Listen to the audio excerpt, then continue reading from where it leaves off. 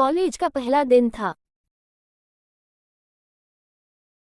सभी के सामने नए नए चेहरे थे। सभी लोग इन्हीं नए चेहरों से अपनी पहचान बनाने में लगे थे। सभी एक दूसरे से अपना परिचय करा रहे थे। तभी कॉलेज के पहले दिन का हमारा पहला क्लास शुरू हुआ। क्लास से पहले चल रहे इंट्रोडक्शन के इस सिलसिले को मैम ने और आसान बना दिया।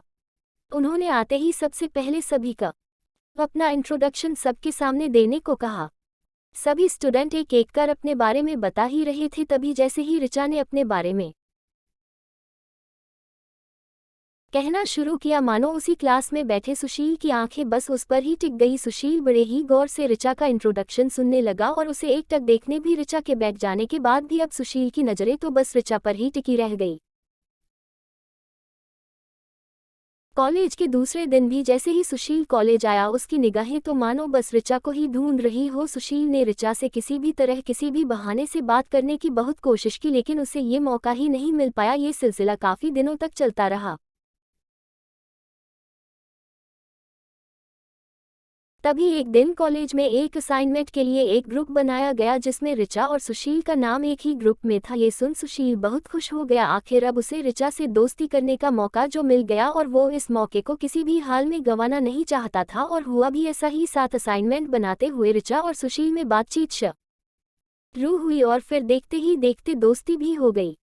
समय के साथ साथ अब ऋचा और सुशील काफी अच्छे दोस्त बन चुके थे। लेकिन ऋचा और सुशील की दोस्ती धीरे धीरे कुछ ज्यादा ही बढ़ने लगी। फिर एक दिन मौका देखकर सुशील ने ऋचा को प्रपोज कर दिया। ऋचा भी सुशील को मना नहीं कर पाई, क्योंकि कहीं ना कहीं उसके दिल में भी सुशील के लिए प्यार वाली फीलिंग आ चुकी थी। अब दोनों दोस्त के साथ लवर्स भी बन चुके थे, इसलिए कॉलेज के बाद भी दोनों का मिलना जुलना जारी रहा। अब तो पूरे क्लास को भी ऋचा और सुशील की लव स्टोरी के बारे में मालूम हो गया था। सुशील हमेशा ऋचा को महंगे महंगे गिफ्ट देता और ऋचा भी प्रोजेक्ट बनाने में सुशील की हेल्प करती। सभी कहते कि ऋचा और सुशील एक दूसरे के लिए ही बने हैं, यानी कि ये परफेक्ट कपल हैं। ऋचा भी हमेशा सुशील से शादी के लिए पूछती थी, तो सुशील हमेशा ऋचा को भरोसा दिलाता कि अब वो उसके बिना नहीं जी सकता। 3 साल तक तो दोनों का रिलेशन बहुत अच्छा चला, लेकिन कॉलेज के बाद अब ऋचा और सुशील का मिलना काफी कम हो गया। ऋचा के फोन करने पर भी सुशील ठीक से उससे बात नहीं करता। वो कहता कि वो अपने पापा के बिजनेस में ध्यान दे रहा है। हालांकि ऋचा ने अपने घर में भी सुशील के बारे में सब कुछ बताया था, इसलिए उसके घरवाले भी अब उस पर सुशील से शादी का दबाव बनाने लगा। लेकिन अब ऋचा अपने घरवालों को भी कोई जवाब नहीं दे पा रही थी। फिर एक दिन ऋचा सुशील के पापा के रेस्टोरेंट पर पहुंच गई। वहां उस वक्त सुशील नहीं था, तो ऋचा ने सुशील के पापा को कहा कि वो सुशील की फ्रेंड है और यहां से गुजर रही थी, तो यहां आ गई। फिर मैंने किसी तरह से उसका नाम जाना और जल्दी सुशील के पापा ने ऋचा को बैठाया और वेटर से कुछ खाने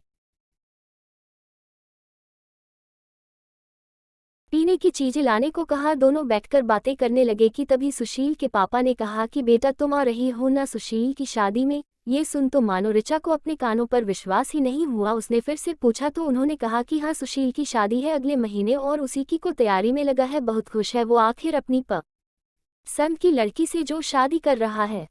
दोनों स्कूल टाइम से ही एक दूसरे को जानते हैं। ये सुन अब ऋचा बिल्कुल निशब्द हो गई और वहां से निकल पड़ी। घर आकर रहिए, जो गुजर गया वो गुजर गया। अब उसके बारे में सोचकर अपनी आगे की जिंदगी खराब मत करो।